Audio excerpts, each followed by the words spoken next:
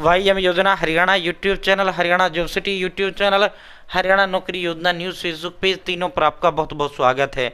उम्मीद आशा ही कामना करता हूँ आप सभी ठीक होंगे, बेहतर होंगे।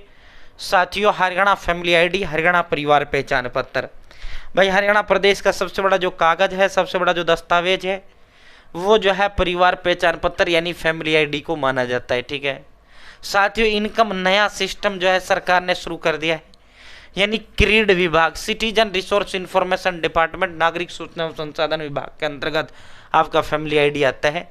और इसी की इनकम के आधार पर आपका सब कुछ बनना बिगड़ना होता है। तमाम योजनाओं का जो लाभ दिया जाता है वो फैमिली आईडी इनकम के आधार पर दिया जाता है। 1,80,000 तक इनकम वालों का जो है बीपीएल राशन कार्ड बनाया जाता है। ठीक है, अब देखो नया सिस्टम ये शुरू हुआ और ये बहुत गलत सिस्टम है। देखो इनकम का मतलब, अगर आप इनकम को इंग्लिश हिंदी में कहते हैं आय, आय मतलब कितना आपने कमाया। ठीक है, इनकम। ठीक है, तो ये चलता है, कमाई चलता है, ये नहीं चलता जो लेन देन आप कर रहे हो।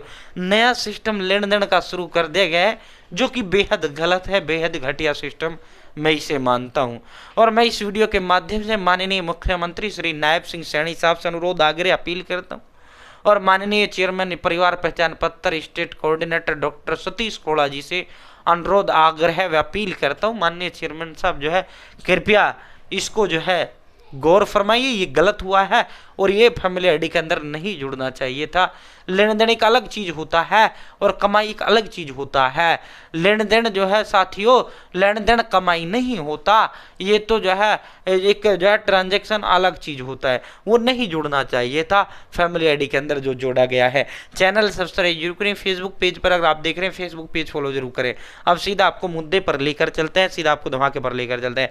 Haryana family ID, Haryana BPL ration card और हरियाणा केंद्र सरकार की छोटी योजनाओं, हरियाणा केंद्र का कुछ भी ऐसा हो जिसका लेना देना आपसे सब मिलेगा, सटीक मिलेगा, विश्वास से मिलेगा। ठीक है साथियों, अब सीधा ये देखो भाई, पहले ये देखो, ये देखो दोस्तों, आप क्लियरिटी सही है, आप क्लियरिटी डन डनाडन है, आप क्लियरिटी में कोई कसर नहीं है।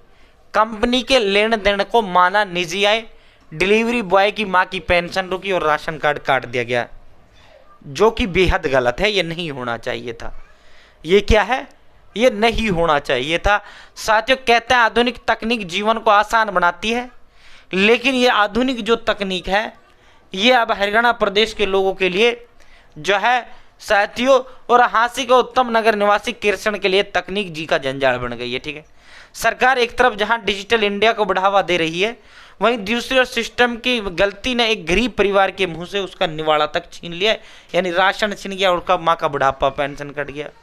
समाधान शिविर में जब मामला ये पहुंचा तो अधिकारी भी हैरान रह गए कि भाई जो है ये लेन देन को भी फैमिली आईडी की उसमें जोड़ दिया गया। जो अधिकारी थे समाधान शिविर में जब वो कैंप में गया तो जो है वो भी परेशान रह गए कि यार ये कमाई अलग चीज होता है और जो है लेन देन अलग चीज होता है।